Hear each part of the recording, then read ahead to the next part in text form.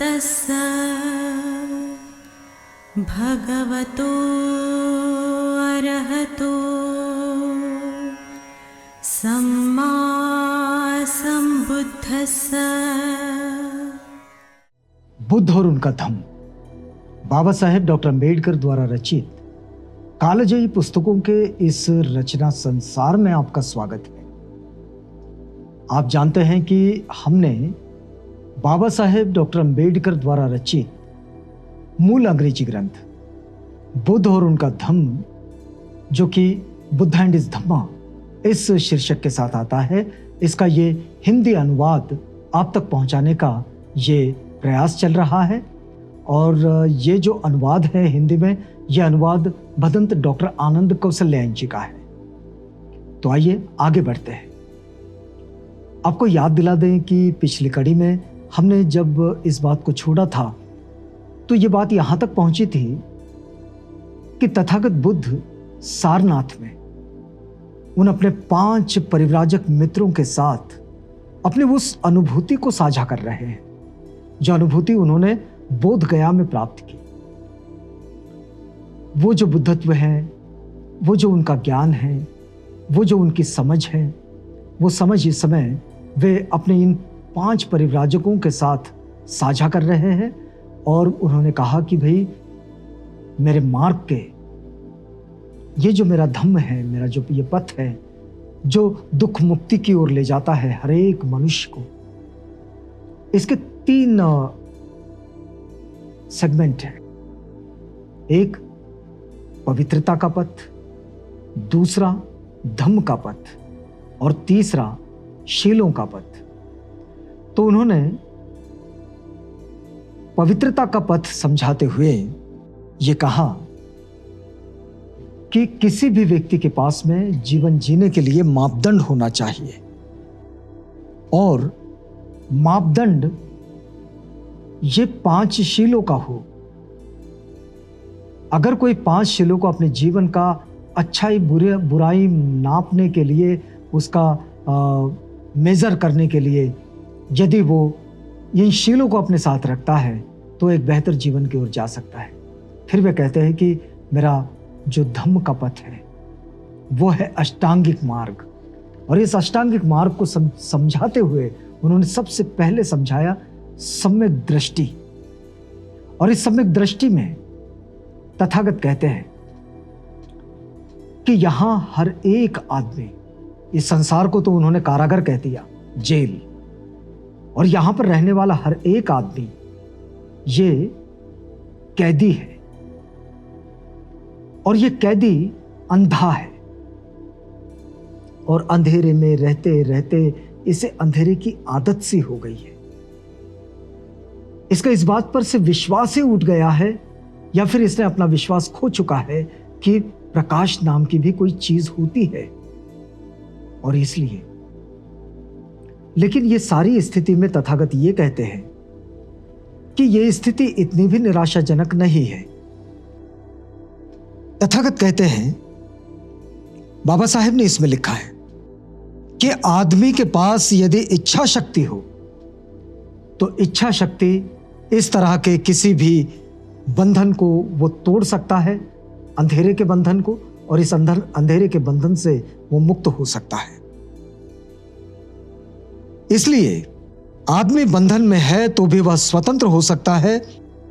वह किसी भी समय ऐसा पहला कदम उठा सकता है कि एक न एक दिन वह स्वतंत्र होकर रहे।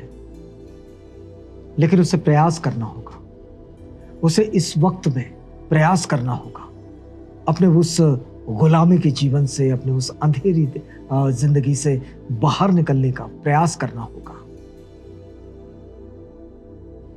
यह इसलिए कि हम जिस किसी दिशा में भी अपने मन को ले जाना चाहे, हम उस दिशा में ले जा सकते हैं।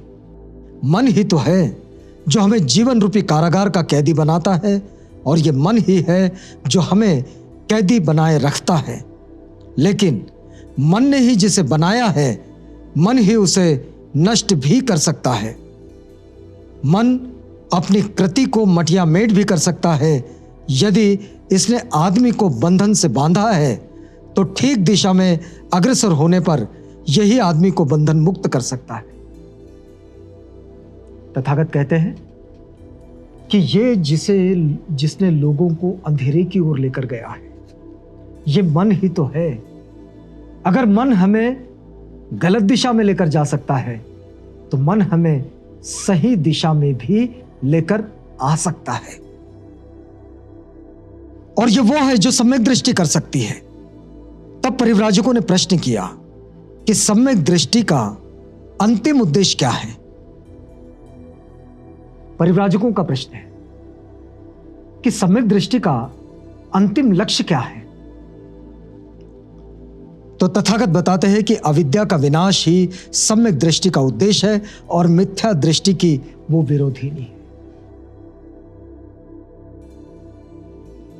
मिथ्या दृष्टि की वो विरोधिनी है और सम्यक दृष्टि ये अविद्या का नाश कर देती है। और अविद्या का अर्थ है आदमी दुख को न जान सके, आदमी दुख के निरोध के उपाय को न जान सके, आदमी इन आर्य सत्यों को न जान सके। ये ही अविद्या है कि आदमी ये न जान सके कि वो दुखी है, आदमी ये न जान सके कि दुखों से बाहर निकलने का उपाय है, आदमी ये न जान सके कि आर्य सत्य क्या है, दुख निरोधी जो रास्ता है वो क्या है। सम्यक दृष्टि का मतलब है कि आदमी कर्मकांड के क्रियाकलाप को व्यर्थ समझे और आदमी शास्त्रों की पवित्रता की मिथ्या धारणा से मुक्त हो जाए। तथागत कहते हैं कि कर्म कांडों की ये जो मिथ्या धारणा है, पवित्रता, शास्त्रों की पवित्रता की जो मिथ्या धारणा है, कर्म कांडों के क्रियाकलाप जो है, ये इसको वो व्यर्थ समझे। सम्यक दृष्टि का मतलब है कि आदमी मिथ्या विश्वास से मुक्त हो। सम्यक दृष्टि का सीधा सीधा मतलब यह है कि आदमी ये अंधविश्वासों से बाहर आ जाए और वास्तव में चीजों को जाने समझे। सम्यक दृष्टि का मतलब यह है कि आदमी यह न समझता रहे कि कोई भी बात प्रकृति के नियमों के विरुद्ध घट सकती है। बड़ी महत्वपूर्ण बात कि इस बात पर विश्वास करने की बिल्कुल जरूरत नहीं है। तथागत ने यही बात बार बार सिखाई है कि इस बात पर विश्वास करने की जरूरत नहीं है कि प्रकृति के नियमों के विपरीत कोई घटना घट सकती है। यह मानने की जरूरत नहीं है, इस पर विश्वास करने की जरूरत नहीं है। यह ही अंधविश्वास है। प्रकृति के नियमों के खिलाफ कुछ भी घटित नहीं होता है। प्रकृति के नियम ये नियम है और उसके खिलाफ कहीं कुछ भी घटित नहीं होता। अगर कोई ऐसा करता है और कोई इस पर विश्वास करता है तो वो दोनों के दोनों अंधविश्वासी है। सम्यक दृष्टि का मतलब है कि आदमी ऐसी सब मिथ्या धारणाओं से मुक्त हो जाए जो आदमी के मन की कल्पना मात्र है और जिनका आदमी के अनुभव से या फिर यथार्थता से किसी प्रकार का कोई संबंध नहीं। सम्यक दृष्टि का मतलब है कि आदमी का मन स्वतंत्र हो और आदमी के विचार स्वतंत्र हो। सम्यक दृष्टि का मतलब यह है कि आदमी का मन स्वतंत्र हो और उसके विचार भी स्वतंत्र हो, मतलब आजाद ख्याली हो। हर आदमी की कुछ आशाएं होती हैं, आकांक्षाएं होती हैं, महत्वाकांक्षाएं होती है। सम्यक दृष्टि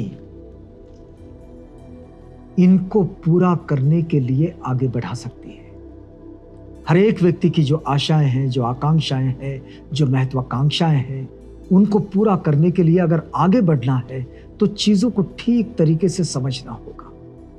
और अगर चीजें ठीक तरीके से समझ में आएगी तब कहीं हम उसके पार जा सकते हैं और फिर चीजों को ठीक ठीक तरीके से आकलन करके हम अपनी आगे की दिशा तय कर सकते हैं। तो यहां रुकते हैं इस वादे के साथ कि कल आपसे पुनः भेंट होगी जब हम बुद्ध और उनका धम्म की इसी कड़ी में इसी बात को आगे बढ़ाएंगे।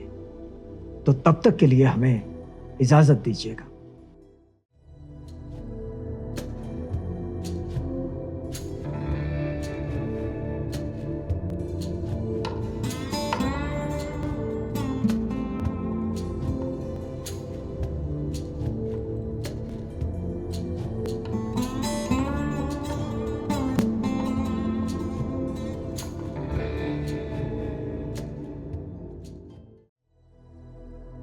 बुद्ध और उनका धम्म।